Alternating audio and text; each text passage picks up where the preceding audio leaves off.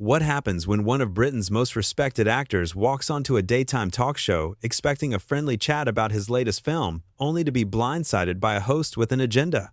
In just 48 seconds, a simple question about method acting transforms into a verbal battleground that will have the entire panel turning on each other and Colin Firth demanding his microphone be removed. This is the story of how Denise Welch's relentless provocation pushed a gentleman to his breaking point, live on national television. The stage is set on a typical Tuesday morning. The Loose Women's studio buzzes with its usual energy.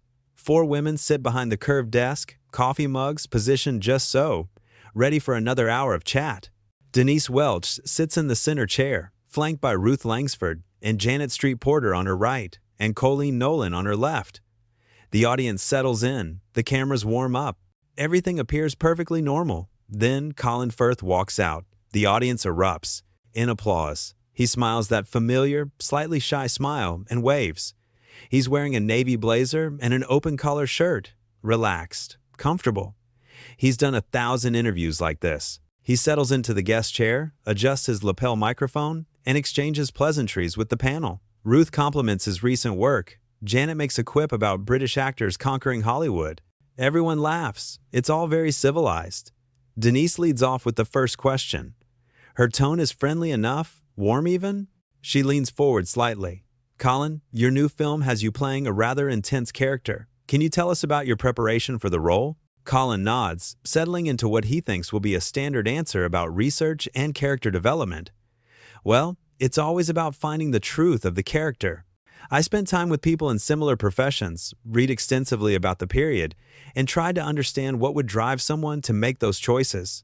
Denise nods along, but there's something in her eyes. A glint, a calculation. That's interesting. So you're saying you completely immersed yourself? I tried to, yes. That's part of the job. Right. Denise sits back, crossing her arms. But don't you think that's a bit much? I mean, you're an actor. You're pretending. Why do all these actors today feel the need to torture themselves for a role? In my day, we just learned the lines and hit our marks. The audience goes quiet. Ruth and Colleen exchange glances. Colin's smile falters. Just for a moment. I wouldn't say it's torture. It's dedication to the craft. Denise waves her hand dismissively. Oh, come on. It's self-indulgent, isn't it? All this method acting nonsense. You get paid millions to play dress-up. Do you really need to go live in the woods or whatever it is you people do? Colin shifts in his chair. His jaw tightens slightly. He's still trying to be polite, still trying to treat this as a good-natured debate. I think every actor has their own process. What works for one person might not work for another. I'm simply doing what I believe serves the story best. Ruth tries to intervene, sensing the tension building. I think what Colin's saying is that there's a lot of respect for the character and the audience when you commit fully to a role. Denise, surely you must have had roles where you really had to dig deep? But Denise isn't backing down. She leans forward again, her voice taking on a sharper edge. Oh, I've had plenty of challenging roles, Ruth, but I didn't need to move into a monastery or stop talking to my family for 3 months to do them. That's the difference between actual talent and people who need gimmicks. The air goes out of the room. Did she just call Colin Firth talentless? On live television, Colin's face hardens. His voice remains calm, but there's steel underneath now. I'm sorry, are you suggesting that preparation equals lack of talent? Denise shrugs, a smile playing at her lips like she's enjoying this. I'm saying that maybe if you were really good at what you do, you wouldn't need all the extra fuss. Some of us can just act without making it into some sort of spiritual journey. Janet Street Porter jumps in, her distinctive voice cutting through the tension. Hold on. Denise, that's a bit harsh. Colin's won awards for his work. Clearly, his method works for him. I don't think we can sit here and tell him how to do his job. Colleen nods in agreement. Yeah, I mean, everyone has their own way of working. If Colin wants to prepare thoroughly, that's his choice. It doesn't make him any less talented. But Denise is in full flow now, apparently unable to hear the warning signs from her colleagues. Awards don't mean everything, do they? I know plenty of award winners who are absolute nightmares to work with. All this method acting creates these precious performers who think they're too special to just do the work like everyone else. Colin takes a slow breath. You can see him counting to 10 in his head. When he speaks, his voice is measured but firm. With all due respect, Denise, you seem to have very strong opinions about something you clearly don't understand. I've never claimed to be special. I've never demanded anything unreasonable on a set. I simply try to do justice to the roles I'm given. If that offends you, I'm genuinely sorry, but I won't apologize for caring about my work. The audience murmurs. This is getting uncomfortable. Ruth tries again to steer things back. Colin, let's talk about the actual film. The director is someone you've worked with before, isn't that right? But Denise cuts across her. Oh, so now I don't understand acting? That's rich, coming from someone who's basically played the same character in every film for the last 20 years. Posh British man with emotional problems. How's that for range? The studio goes completely silent, even the camera. Operators look shocked. Janet's mouth falls open. Colleen puts her hand over her face. Ruth looks like she wants to disappear through the floor. Colleen stands up. Not quickly, not dramatically. He simply rises from his chair with the dignity of someone who has had quite enough. I came here today as a courtesy to talk about a film that I and many other people worked very hard on. I did not come here to be insulted by someone who seems to think belittling others is the same thing as having a personality. His voice is quiet, but it carries. Every word lands with precision. Denise actually laughs. She laughs. Oh, here we go. Can't handle a bit of honest criticism? Is this the part where you storm off to prove how serious and artistic you are?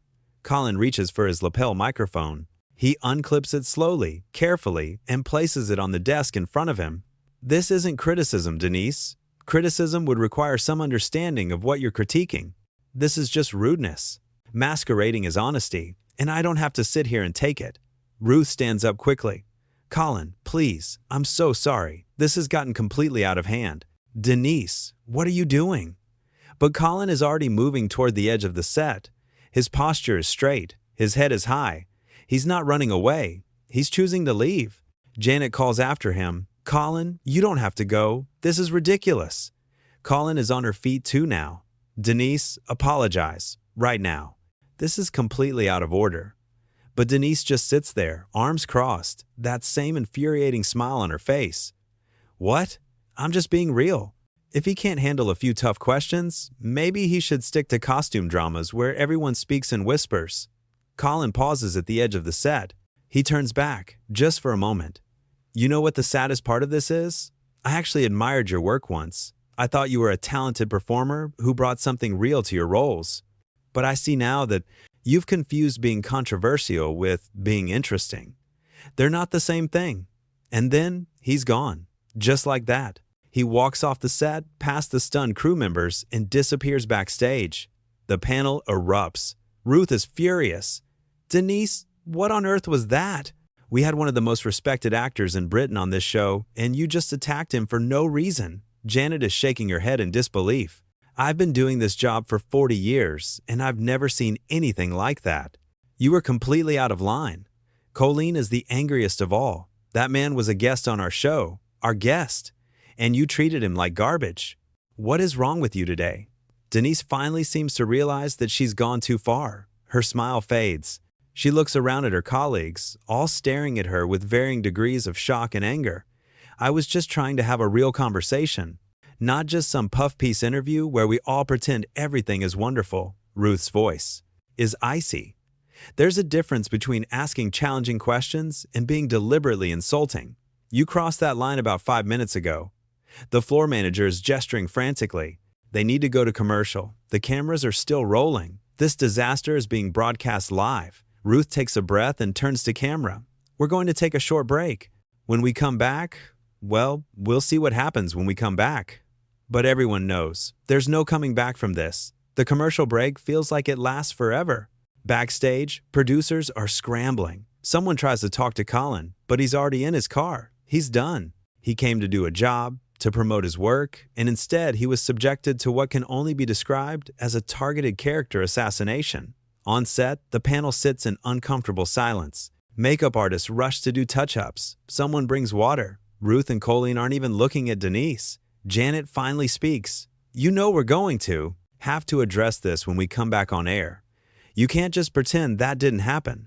Denise nods slowly. She looks smaller somehow. Deflated. I know. Ruth's voice is clipped. Professional. then you'd better think very carefully about what you're going to say. The cameras come back on. Ruth puts on her professional face, but you can see the strain around her eyes.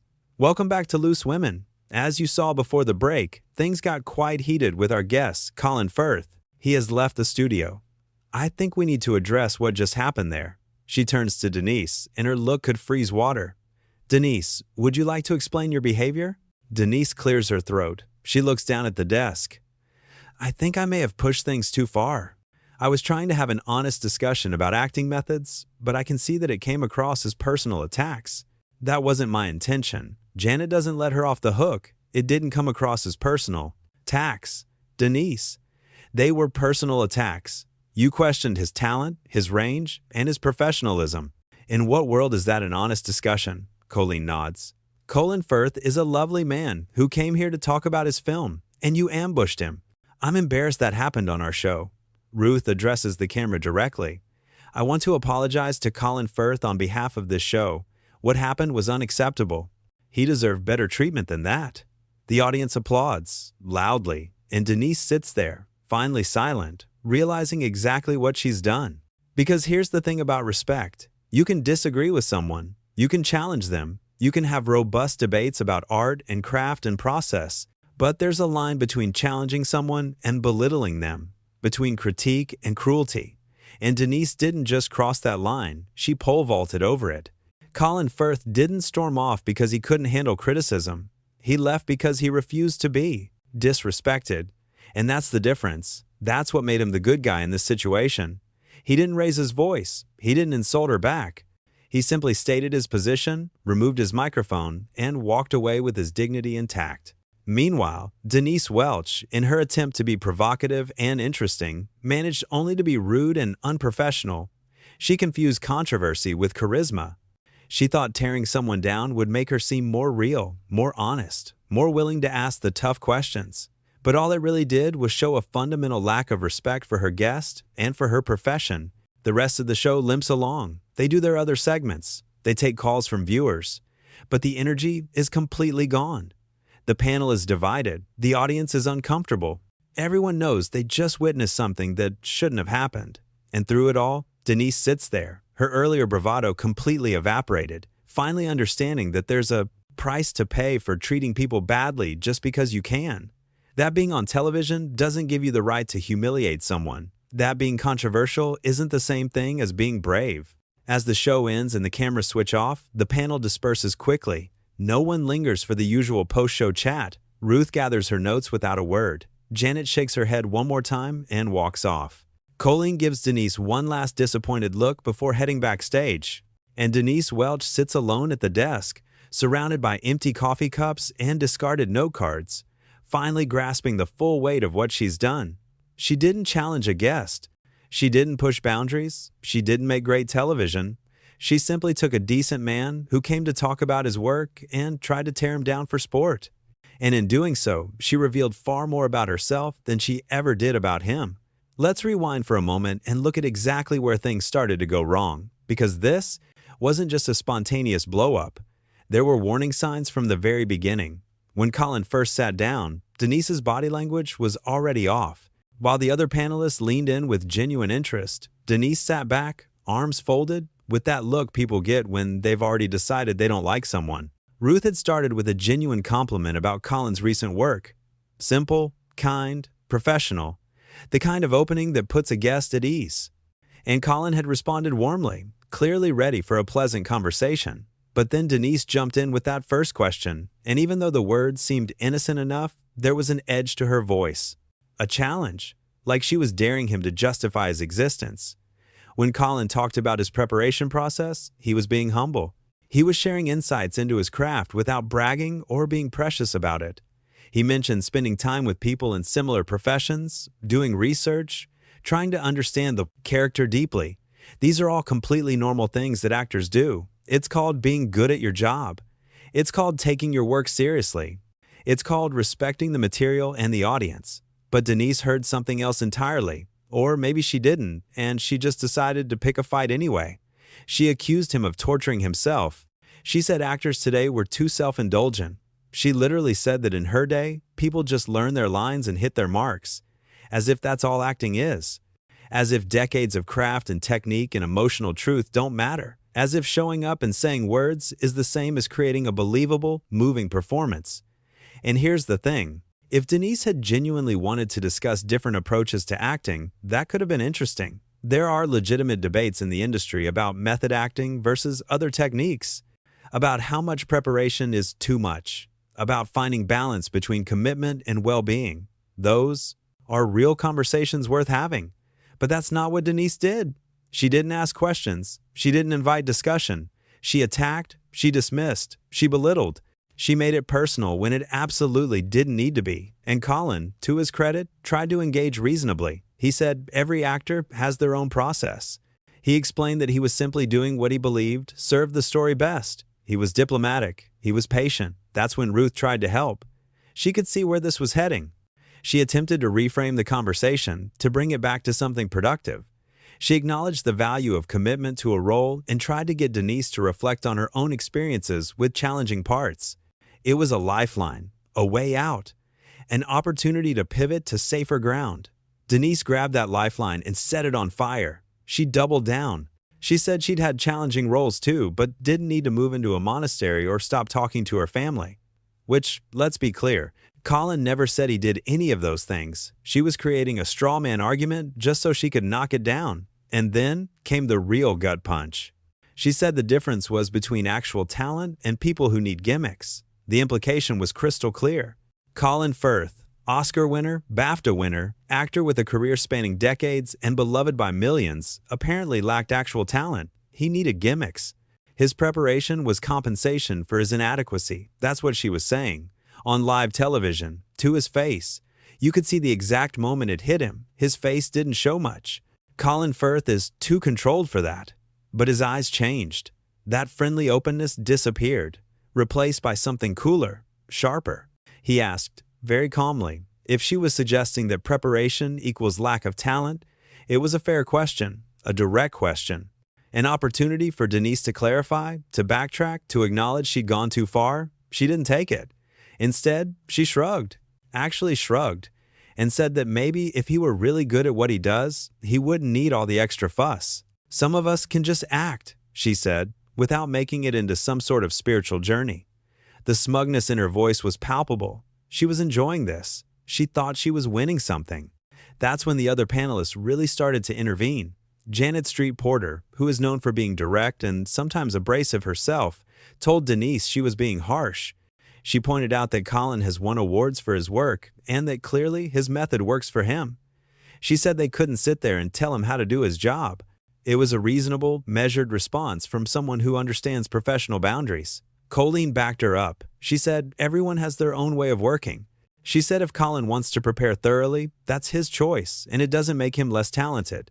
She was trying to be a voice of reason, trying to inject some sanity into a situation that was rapidly spiraling out of control. Both Janet and Colleen could see what was happening. They could see a train wreck in progress, and they were desperately trying to stop it. But Denise was unstoppable now. She had momentum, and she wasn't going to let little things like facts or courtesy slow her down. She said awards don't mean everything. She claimed to know plenty of award winners who are absolute nightmares to work with. She accused all method actors of being precious performers who think they're too special to just do the work like everyone else. Notice how she kept expanding her attacks. It started with Colin specifically, then grew to all method actors, then to all award winners. She was painting with an increasingly broad brush, making sweeping generalizations, building a case against an entire approach to the craft. And all of it was based on nothing but her own apparent resentment and need to be controversial. Colin took a slow breath. You could see him, making a choice in that moment. He could escalate. He could match her energy. He could say something cutting and cruel that would put her in her place. God knows he would have been justified. But that's not who Colin Firth is. Instead, he went for measured, firm, and truthful. He said, with all due respect, that Denise seemed to have very strong opinions about something she clearly didn't understand. He said he'd never claimed to be special or demanded anything unreasonable on a set. He said he simply tried to do justice to the roles he's given. And then came the key line. If that offends you, he said, I'm genuinely sorry, but I won't apologize for caring about my work. It was perfect. He acknowledged her feelings without accepting blame for them. He defended his approach without attacking hers. He drew a line without crossing into insult. He maintained the high ground while making his position absolutely clear. This is what professionalism looks like. This is how you handle conflict. With grace. The audience murmured. They could feel the tension. This wasn't the fun, lighthearted banter they'd come to see. This was uncomfortable. This was a guest being attacked on a show that's supposed to be welcoming and inclusive. Ruth tried one more time to redirect. She asked about the actual film, about the director, trying desperately to get things back on track. Denise cut across her. She told Colin that now he was saying she doesn't understand acting. She called that rich, coming from someone who has basically played the same character in every film for 20 years. Posh British man with emotional problems, she said. How's that for range? And that was it. That was the moment of no return. Because that statement wasn't just wrong, it was demonstrably false. Colin Firth's career includes romantic comedies, historical dramas, action thrillers, intimate character studies, musicals, adaptations, and original work. He's played kings and commoners, heroes and villains, comedy, and tragedy. To say he plays the same character is to admit you haven't actually watched his films. But more than that, it was just mean. It was a cheap shot designed to wound. There was no discussion happening here, no debate, no exchange of ideas. This was just Denise Welch trying to tear down a man who had done nothing to deserve it. And everyone in that studio knew it. The silence that followed was deafening. Even the crew looked shocked. Janet's mouth literally fell open. Colleen put her hand over her face as if she couldn't bear to watch. Ruth looked like she wanted the floor to open up and swallow her, and Colin Firth stood up. He didn't throw anything. He didn't shout. He didn't slam his hand on the desk or point fingers. He simply rose from his chair with the kind of quiet dignity that speaks volumes. His voice, when he spoke, was calm, controlled, but absolutely firm. Every word mattered. Every syllable had weight.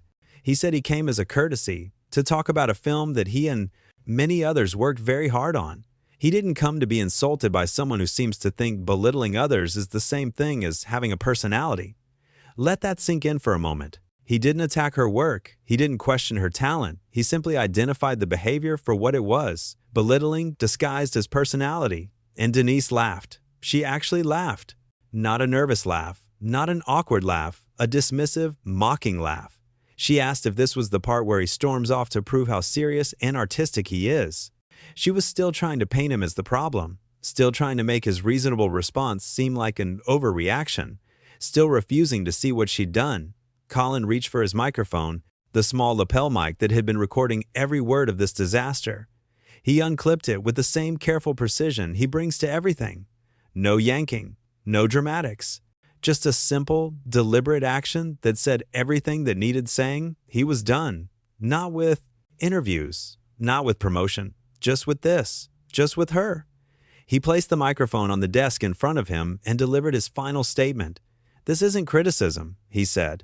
Criticism would require some understanding of what you're critiquing. This is just rudeness masquerading as honesty, and I don't have to sit here and take it. Think about that distinction. Criticism versus rudeness. Honesty versus cruelty. Those aren't the same things, even though people like Denise love to pretend they are. You can be honest without being hurtful. You can critique without being cruel. You can challenge without being a bully. And if you can't, if your version of honesty requires you to wound people, then maybe the problem isn't with them. Maybe the problem is with you. Sometimes the most powerful thing you can do is walk away. Colin Firth understood that. He knew that engaging further would be pointless. That staying would mean accepting disrespect as normal. So he left. And in leaving, he won. Because at the end of the day, that's what this comes down to. Respect, professionalism, basic human decency. These aren't old-fashioned concepts. They're not boring or conventional. They're the foundation of how we treat each other. And when someone violates them as thoroughly as Denise did that morning, they don't get to be surprised when there are consequences. Colin Firth walked into that studio, a respected actor with decades of acclaimed work behind him. He walked out the same person, with his reputation not only intact but enhanced by his graceful handling of an ugly situation. He demonstrated that you don't have to sink to someone else's level, that maintaining your composure isn't weakness, it's strength. Denise Welch, on the other hand, revealed something about herself that day. That underneath the confident presenter persona, underneath all the talk about being real and honest, was someone who thought being mean was the same as being authentic, someone who confused attention with admiration, someone who learned, too late, that you can't build yourself up by tearing others down. The whole incident serves as a reminder of something important. When you invite someone onto your platform, when you ask them to give their time and attention to help promote your show, you have a responsibility to treat them with basic courtesy. You can ask difficult questions. You can probe into uncomfortable areas, but you cannot simply attack them. You cannot use your position to belittle and diminish them. And if you do, well, then you might find yourself sitting alone at a desk, watching your guests walk away, and realizing that in 48 seconds, you managed to undo years of professional goodwill, that you turned what should have been a pleasant interview into a cautionary tale about hubris and cruelty, that you became, quite definitively, the villain of your own story. Colin Firth went home that day knowing he'd handled himself with class and dignity. He didn't let anger dictate his response. He didn't stoop to insults or theatrics. He simply stated his case, withdrew his participation, and left. Clean, clear, decisive. That's the mark of a true professional. That's what separates someone who commands respect from someone who demands it. And that's why, in the end, when people look back on this incident, they'll remember Colin Firth as the good guy who refused to play along with a bad game, and Denise Welch as the host who forgot that her job was to bring out the best in her guests, not the worst in herself.